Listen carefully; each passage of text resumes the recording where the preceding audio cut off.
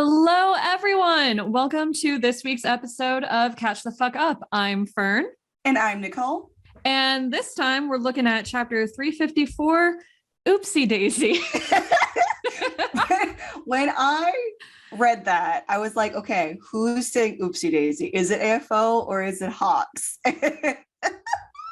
We find out, but also it could have been either one of them. Oh my God. It's this chapter was actually really fun. Like at first I was like, both All for One and Endeavor, like the monologuing is going to be out of control. And it is, but things turn around by the end. Yes. But we'll get to it. Yes, there's monologuing, but it's from our favorite boy Hawks. So it's fine. It's fine. All right. And also, like this week, I feel like we have to say right off the bat, it's a lot less stressful than previous weeks. So God, yes. All right. So last week, obviously, we finished the Shoto Toya showdown. So that's all taken care of. And this week, instead of doing like another little check-in, like sometimes happens, we go straight to the AFO fight with Endeavor and Hawks. And we stay there this whole time. So, Fern, I apologize. We still don't know what's going on with Toga. I know. It's fucking killing me. It's literally killing me. I really do just want all of the chapters all at once. Like that's what I want. Yes, we do. All right. Well, let's go ahead and dive right in. It's a very straightforward chapter. So we'll see if we are as long-winded as we have been. But the chapter starts with Hawks and Best Genus basically having their strategy rundown before the war started. So they're basically saying the thing that is going to help us is if we can take out All for One's like support mask. Like it's a life support mask, essentially. He can't live without it. So yeah, he's got a full ass getup. Yep. And he does mention that the data from Stain confirmed like what they need to focus on. So we now know that Stain gave them a lot of information about the prison break a while ago. But it does not discount my theory from last week that Compress also provided intel, but we will see. Yeah, right. I feel like when it comes to like the actual like everyday movements of the League of Villains, like or whatever they're calling themselves now, I don't fucking care. But like someone on the inside had to give info willingly or unwillingly. So exactly. I think I'm on your side still. Exactly. And even if it's not Compress, like something a little shifty is going on. So basically, the first part of the chapter is just them laying out how they're going to take down AFO, and that is to keep most people away from him so he can't get their quirks, while Endeavor and Hawks just focus on getting rid of his mask and then beating him. Yeah, they're like, what is it? Quality over quantity. Yeah. Yes, exactly. So they're going to like basically go at it as a combo team. And All for One has this line, it says, ignoring me, how rude. And I felt seen because I see that all the time. It's like, you're ignoring me, rude. I'm always right here. But also let's not empathize with All for One. So it is classic All for One though. Like this man is he thinks he's a Broadway star. Yeah, exactly. And the fight just keeps going. We basically just dive right in, and Endeavor and Hawks are trying to land as many hits as they can. AFO is not impressed, even with all the fire and all the feathers. And we do get some information about Hawks after his big ass injury from Dobby, where basically like all his feathers were burned away, and he did get healed by Recovery Girl, but now his quirk is not what it used to be, and he now uses prosthetic feathers, which it's like, I know obviously disability is not great, but it's kind of cute. Like he's like, yes, I have prosthetic feathers now, and I'm still going to beat your ass. Yeah, it's an interesting little bit of representation, like getting into the complications of all of that. It's a very big topic. Yes, it's a very big topic, and obviously we can't get into it just after just reading it, but Hawks does now have more support items than he used to, and that's also why he's now using swords rather than using feather swords. So yep. The fight just continues, and we get more of Hawks just kind of narrating and talking through everything. He's so bitchy. Yeah, he's so cheerfully bitchy though. Like he's like almost happy to be narrating this, and like he's the one that knows what all is going on, and he likes to say that, but also he's like bitching about it. I don't know. It's great. Could you not? Sorry, the cats they're on one today. So if more shit gets knocked over, that's what it was. Okay. They heard Hawks was back and are also freaking out like I am. It's great. All right. So basically the fight continues and Endeavor's just throwing a bunch of fire at AFO. Mm-hmm. And then like kind of midway through the chapter, there's a couple panels that are a little confusing. It's a little hard to tell who's talking, but like between Hawks and AFO's narration, we learn that AFO like has support gear or a quirk that's like helping him withstand the heat. Mm-hmm. And like basically Endeavor's hits are not landing as well as they had planned them to be landing. Yeah. So. Also,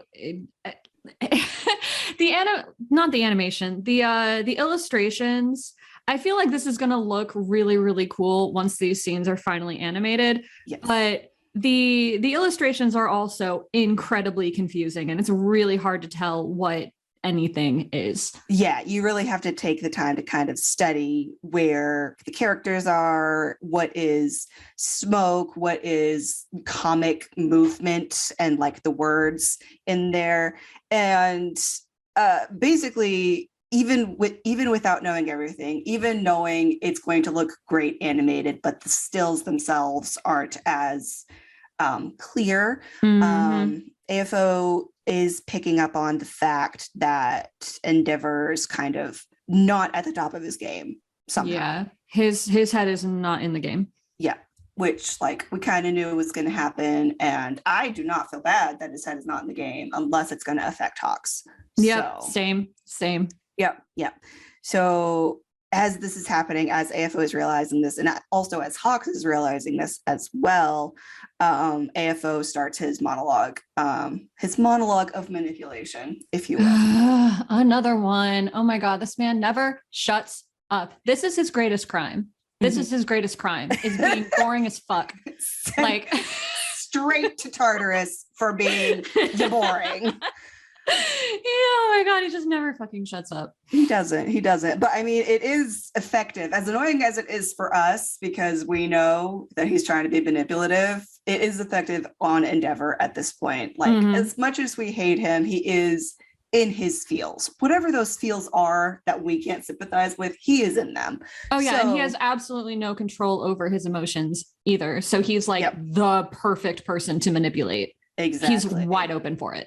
Yep, exactly. He is physically strong, but mentally not strong, which... Absolutely not. Good Lord. All right. So as the monologue continues, we see a few characters from Class 1B. We see the Mushroom Gal, and I believe it is the heteromorph who kind of looks like the Pokemon Scyther. Sure. Sure. And they're all fighting. Like, most of the fighting is going on down on the ground, and Hawks and Endeavor are keeping AFO like out of range of the rest of them. Yeah. So as AFO is manipulating Endeavor, Hawks is like, bitch, he's doing exactly what we said he was going to do. Stop listening to him. And oh my God, Hawks is so done. He's so done. Endeavor is such a dumbass. He's a big dumb dummy. And as like AFO is continuing talking and getting all the jabs in, he finally says, basically, he was like, hey, you never did find Toya's body, did ya?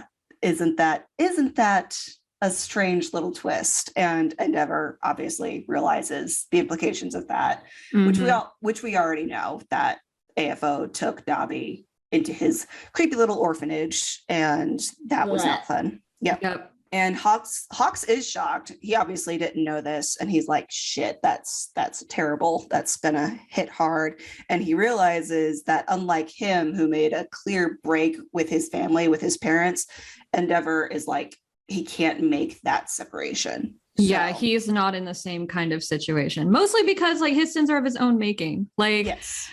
Poor Hawks. Like, I get like why he's, carrying around the sins of his parents. Like, I understand all of that, but it's like, oh, son.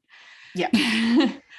Oh, there's a lot there, but in the moment, Hawks is like trying to get Endeavor like to not chill out, but to like leave that fucking aside. focus. Yeah. Yeah, exactly. Fucking like focus, you can unpack that later after we deal with the imminent threat. Yep. And of course he doesn't, because he's fucking Endeavor, and AFO gets in a really good hit on Endeavor with like some sort of weird bony mouth appendage. It's gross. I like it. It's really cool. It's like he made his hand a mouth made of bones and horns and got Endeavor good. It's not clear how bad the injury is, but it's a pretty good one, because it like sends him careening towards the ground. And after that, obviously, AFO turns on Hawks to try and get another hit on him as well, because he knows he is disabled now. He's not as fast as he used to be.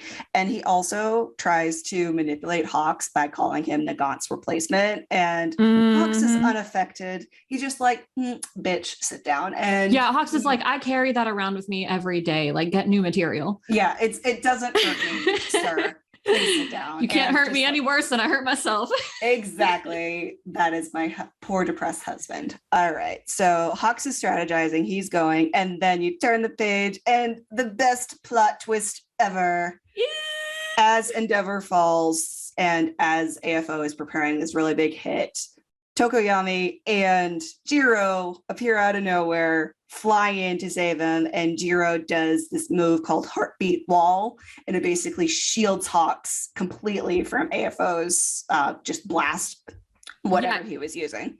It's an incredibly powerful move. Like, I'm really, really hoping that the next chapter is us getting like her level up backstory, because we haven't gotten that yet. And this just kind of came out of nowhere. Yeah, it was a plot twist in the best way. And neither one of them were expecting it. Like, Hawks is surprised and AFO is surprised, even though AFO's surprise face is just the mask. It's a little funny, but they are both shooketh. All right. So we get Tokoyami's and Jiro's like conversation as they're flying, because Jiro is like riding on Tokoyami's back and Dark Shadow's back. And she's like, can you please keep it steady? And Tokoyami is like, no, you got to focus. And can you please stop wiggling your butt on my back? It's making me lose focus. Like, teenagers, beautiful moment of humor.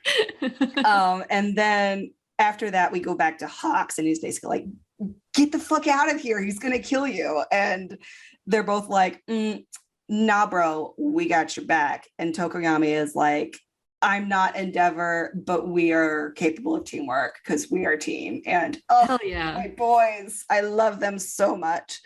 And he's got this shocked face that really reminds me of Aizawa's shocked face in the first war when his students came back for him. And it's just yeah. Oh, the sensei student, father, son. Oh, I love it. Such a good trope. Yep. And then while Hawks is like touched, and in this moment, AFO decides to call Tokoyami and Jiro like jobbers, which like side characters, basically. Yeah, side characters. I kind of got the feeling it means red shirts, like from Star Trek. They're kind of just like cannon fodder for plot movement. And Jiro's like, bitch, can you please just sit down and shut up? Because we're winning here and we are not threatened. And that's where the chapter ends. And it's just like, oh, Jiro, my queen. Yes. Oh my God. I want to know more about her new support equipment. I love it. Yes. And I can't tell if that's like her ears and they've grown somehow, or if that's like an attachment. Yeah, it's not clear, but she's got new equipment. I wonder if it is support equipment or if she did like that horrifying body modification that Ida did. We don't know. Maybe we will find out next time. Like, hopefully, Horikoshi. We'll get some of Jiro's backstory, like where she was during all of this, or the fight will continue. We won't know. The new chapter does come out next Sunday still, so thank God. Another week. Thank you. But yeah, another straightforward chapter. There's not even really anything to theorize about, because we were like, last week we said it could go anywhere, and it did go anywhere. And again, next week it could go anywhere again. Yeah, pretty much. Oh, please, Jiro backstory chapter, please. Yes, we need it. We need a good, just like decompress before the next round of breathless adrenaline chapters. So last week when I was doing my transcript, I decided to like write down where everyone was, and Jiro was one of only two 1A students that were unaccounted for. Like we didn't know where they were. So now the only character, or rather the only classmate from 1A that we don't know where they are is Hagakure, which makes sense because she's invisible, but also, yeah, that's her job. Yeah, so we're finding out where most everybody is. But yeah, straightforward chapter. I don't really have anything unless we want to talk about my chart, but I might just post that on Twitter once I update Ooh, it. yes, please do. I would love to see that. I think the only other thought that I had was, you know, that TikTok sound where it's like, you ruin everything, you stupid bitch. Like, just imagine that playing in Hawks's head as he's watching Endeavor being like just fully manipulated by AFO, and he's like, oh my fucking God. And it's like, it's for both of them. It's like, AFO, you suck, and Endeavor, you suck. It's like, I hate both of you. But more specifically, Endeavor, who is exactly really stupid. Yeah, and he's like, I literally told you this was going to happen, my dude. Why are you making this so difficult? And I hope in the back of his head, he's like, why are you my idol? Why did I ever think you were great? Oh, how the mighty fall. Poor Hawks. Yes. It's difficult watching your idols turn into real people. Yeah, especially when those real people suck butts. Yes. Yes. Okay, well, I don't really have anything else because it's not clear what Endeavor's status is, but I wonder if AFO, we don't know how AFO's quirk works, whether he can use another quirk to make contact with somebody else, but then also take their quirk away. So it's possible that our theory that he's going to take Endeavor's quirk could have just happened. But it's also not actually clear because he did make physical contact. That's interesting. Yeah, I guess we'll see. I really hope that Endeavor loses his quirk, because I feel like that would be the worst case scenario for him. Mm-hmm. Yes, exactly. Yeah, I like how we got information we didn't know we wanted. Yes, but literally all the questions are still on the table. Like, yep. let's just go next week. All right. Well, yeah, that's all I got. All right. Well, thanks everyone for listening. You'll hear us again next week, but in the meantime, go beyond plus ultra and catch the fuck up. Bye, y'all. Bye.